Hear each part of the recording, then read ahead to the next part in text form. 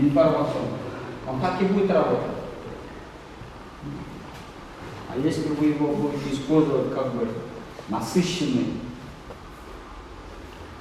поток информации, ответные действия, поток информации, ответные действия от вашего подхода, есть вот такое простое упражнение для учеников.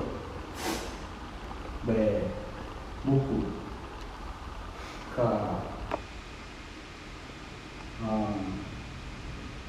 О. Вот так учат. Ну, потом, когда, конечно,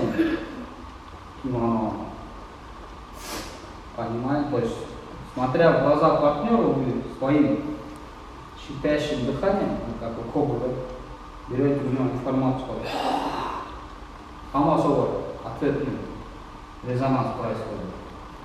Шумный.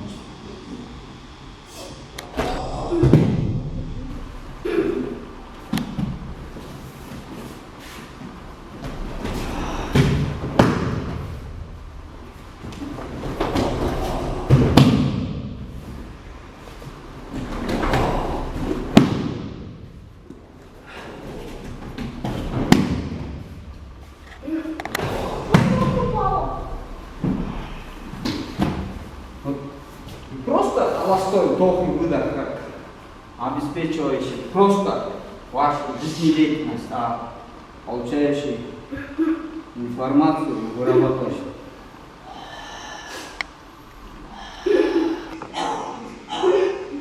Вот такое действие надо делать.